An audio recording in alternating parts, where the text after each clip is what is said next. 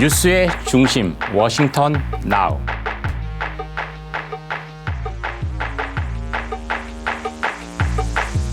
안녕하세요. 정인선의 워싱턴 나우입니다. 오늘은 바이든과 트럼프의 대리전, 제가 살고 있는 버지니아주의 주지사 선거에 대해서 알아보겠습니다. 정말 관심이 많았었죠. 그 결과는 여러분들 많이 들으셨던 것처럼 바이든은 참패였습니다. 그럼 이제 바이든한테 바이하고 손절하고 트럼프로 갈아타야 될까요? 그런 사람들이 꽤 있을까요? 한번 유심히 살펴보겠습니다. 바이든 대통령은 이 선거가 열릴 때 글래스고에 있었습니다. 영국 글래스고에 UN 기후변화 협약 당사자 총회가 있었죠. 거기서 연설도 하고 있는데, 연설할 때마다, 기자회견 할 때마다 중국에 대해서 직격탄을 날렸습니다. 비판을 했습니다. 선거가 있는 날에도 이 회의에 참석하지 않은 것은, 중국은 서면으로 대체했거든요. 이번 회의에 참석하지 않고 시진핑 주석이. 그래서 정말 큰 실수를 했다라고, 그렇게 하면 안 된다라고 직격탄을 날렸습니다.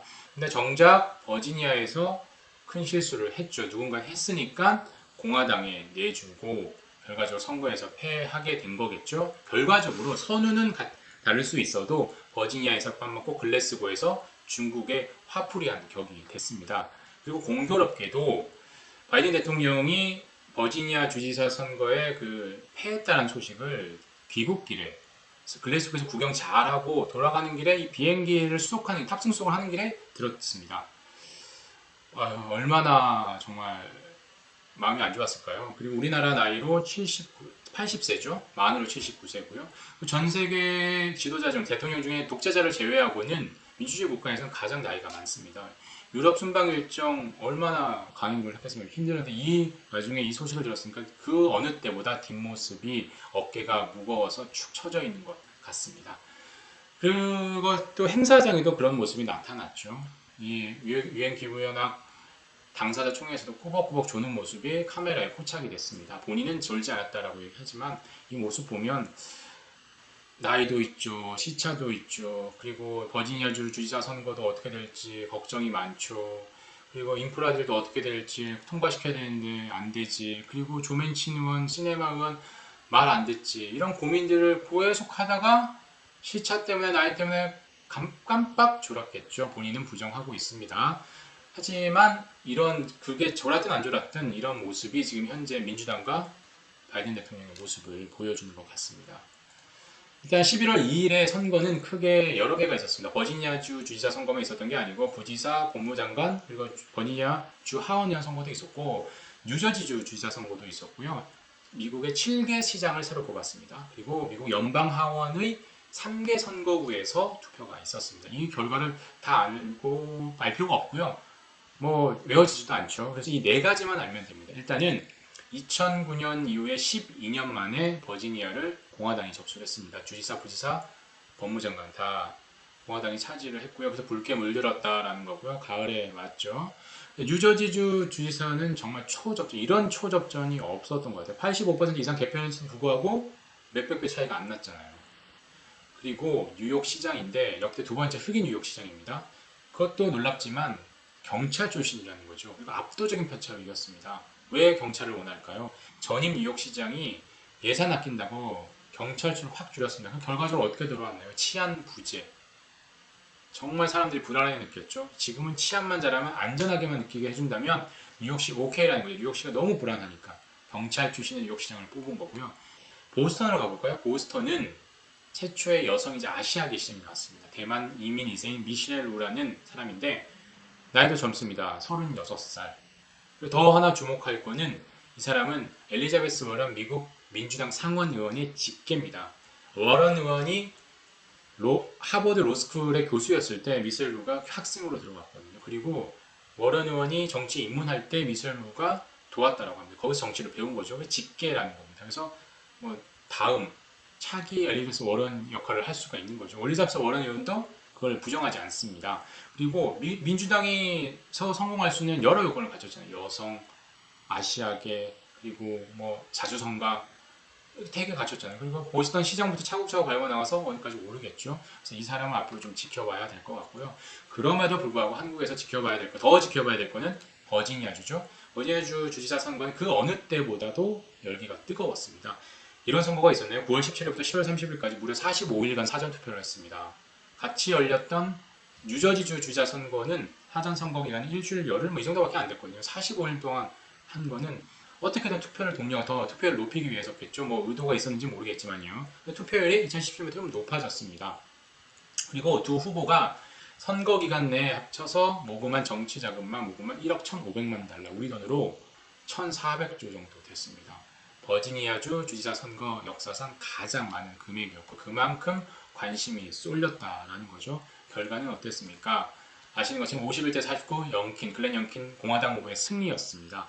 처음에는 약간 엎치락뒤치락 하다가 중반부부터 계속 영킨 후보가 앞섰어요. 그래서 뭐 엎치락뒤치락하지 않았지만 결과적으로 막판에 맥컬리프 후보가 쭉 따라오다가 역전하는 거 아니야 라고 했지만 51대 49로 끝났거든요. 선거에서 가장 흥미진진한 스코어가 51대 49, 야구의 텍사스 스코어와 같은 겁니다. 우리나라 차기 대선도 이렇게 될 거라고 예상하시는 분들이 있는데 어찌됐든 이 황금의 스코어가 나왔습니다. 승자와 패자의 얼굴은 표정은 너무 엇갈리죠. 정말 선거에서 지면 정말 하늘이 무너지는 것 같다라고 하는데 정말 그런 얼굴을 하고 있고요. 지역별로 보면 다 붉게 문드렀습니다. 가을 정치인가요?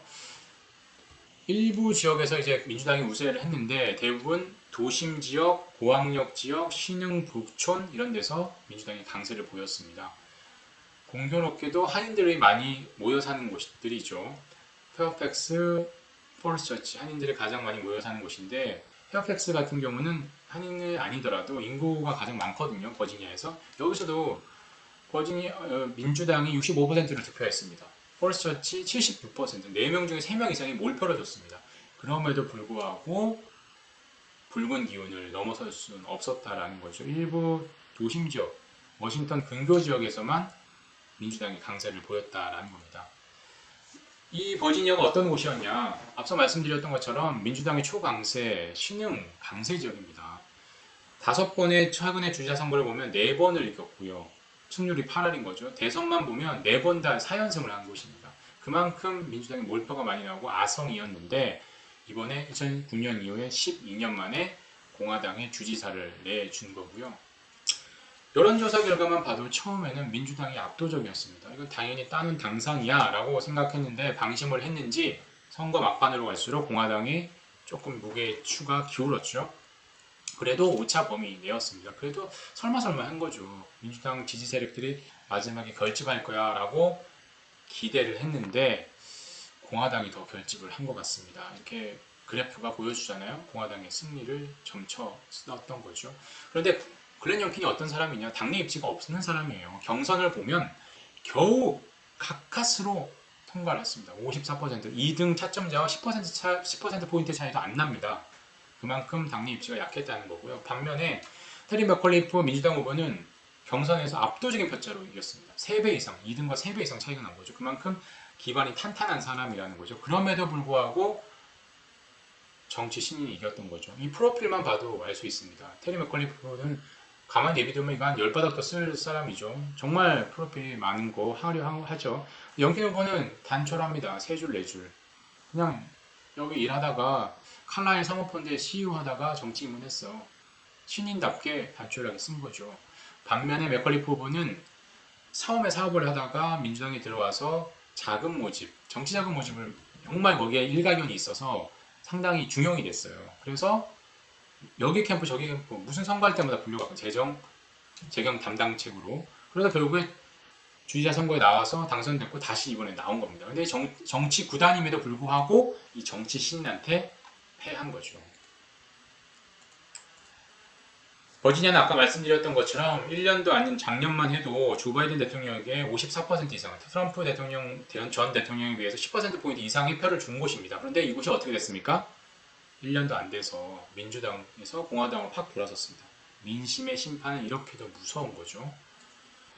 왜 이렇게 되느냐? 바이든 대통령이 못해서입니다. 다 아시는 것처럼 인플레이션, 공급 부족 문제 심각한데 제대로 해결한 게 없고요.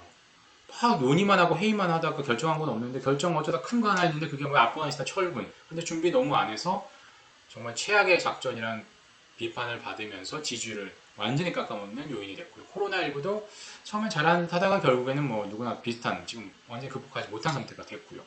그리고 현지인을 만나보면 미국 사람들을 만나보면 이 얘기를 정말 많이 합니다. 교육이 정말 문제다. 뭐에? 민주당이 백악관, 상하원다 장악하는 블루 웨이브를 하면서 교육 커리큘럼을 많이 바꿨습니다. 그동안 본인들이 하고 싶었던 주장들을 마구 넣었거든요. 소수, 인권, 뭐 다 중요하죠. 동성애 이런 부분을 너무 빠른 속도로 넣어가지고 거기에 대한 거부 반응 내지는 속도를 못 따라갔던 거예요. 특히 보수적인 뭐 공화당 지지자들이. 그래서 부모 입장에서 자녀에 대한 교육을 가서 되게 우려를 많이 했어요. 이 부분이 이번에 어떤 표의 어떤 심판으로 많이 나타났다라고 얘기를 하고요. 트럼프킨 전략이 먹혀들지 않았다. 이게 무슨 얘기냐? 글렌 영킨이죠. 글렌 영킨과 트럼프를 합해놓은 말인데 민주당에서 이런 얘기를 한 겁니다. 무슨 얘기냐? 트럼프와 글렌 영킨이 같다. 미니 트럼프다. 트럼프의 후예다라고 네거티브 전략을 펼친 겁니다. 왜요? 중도층을 잡으려고. 버지니아가 그 어느 것보다 사실 트럼프에 대한 반 트럼프 정서가 강한 곳이거든요. 그런데 먹히지 않았어요. 왜? 글렌 영킨 후보가 스마트하게 대응했습니다. 적당하게 거리를 둔 거죠. 트럼프를 뭐 완전히 좋아하는 것도 아니고 싫어하는 것도 아닌 적당한 거리 두고 트럼프가 지지율 쏘겠다고 했지만 괜찮습니다. 노 땡큐라고 한 거죠. 왜냐하면 중도층을 잡기 위해서. 그게 결과적으로 그 덫에 걸려들지 않고 스마트하게 대응을 해서 영킨이 승리를 했고요. 반면에 민주당은 과거를 붙들고 있었던 거죠. 트럼프가 지금 백악관에 있습니까? 야인입니다. 물론 빅마우스지만 계속 과거를 들고 트럼프하고 영킨하고 합쳐놓으려고 하니까 잘 안 됐던 거죠. 반대로 영킨은 미래를 얘기했던 거고요. 그리고 민주당의 약점을 집요하게 교육과 경제를 들고 확고요. 결과적으로 과거를 붙들고 있으면 어떻게 된다라는 것을 보여주고 우리 선거에도 시사하는 바가 있고요. 그리고 역대 버지니아주 주재 선거는 여당이 밑지는 장사입니다. 무슨 얘기냐? 항상 기존 정권에 대한 대통령에 대한 심판 성격이 강하거든요. 단 한 번도 거의 예외 없이 야당이 그래서 버지니아 주재 선거를 승리를 했습니다. 왜냐하면 대선 바로 다음에 열리거든요. 4년마다 열리니까. 딱 한 번 예외가 있었어요. 1970년 이후에. 그 바로 주인공이 누구였냐? 이번 선거에 진 맥컬리프 민주당 후보입니다. 당시에 민주당 소속으로 버지니아주 주지사 선거에 당선이 됐는데 그때 대통령이 버락 오바마 대통령이었죠. 그런데 4년 만에 다시 출전을 했지만 이번에는 그 법칙을 이어가지 못했던 거죠. 자, 향후에 어떤 일이 있을 거냐가 다들 궁금하잖아요. 다 뭐 예상하시는 것처럼 바이든 대통령 힘이 없어질 겁니다. 나이도 있으신데 중요한 건 바이든 대통령이 하려고 했던 정책들이 문제죠. 인프라딜, 기후변화 이런 게 문제입니다. 초당적 인프라딜은 공화당이 지금 동의하고 있으니까 의회를 통과할 가능성은 없지만 그 바이든 대통령의 야심작인 인적 인프라, 사회복지 예산이 의회를 통과할까요? 3조 5천억 달러에서 1조 7,500 달러로 규모를 줄였지만서도 민주당 내에 어떤 이견이 있고 공화당이 받아주지 않을 거고요. 그리고 조맨친 시네마 의원들이 계속 딴지를 걸고 있고 이게 어떻게 돼요? 동력이 상당히 약해질 수 있고요. 그리고 10월에 있었던 숙제를 12월로 미뤘죠. 셧다운 디폴트인데 결과적으로 미국 정부 부채 한도를 늘려줘야 됩니다. 이것도 의회에서 통과 사안인데 공화당이 해줄까요? 그리고 이쪽 동력이 약해졌기 때문에 상당히 만만치 않을 것 같고 기후변화 미래기술 가속 밀고 있는데 얼마만한 예산이 투입될 수 있을지 의문입니다. 더 이제 중요한 건 바이든 대통령의 입지인데요. 민주당 내 리더십을 계속 유지해갈 수 있을까요? 당장 흔들기가 시작이 될 거고요. 바이든 대통령. 그리고 내년 중간선거. 그리고 3년 후에 있을 대선에서 바이든 대통령의 힘으로 할 수 있을까요?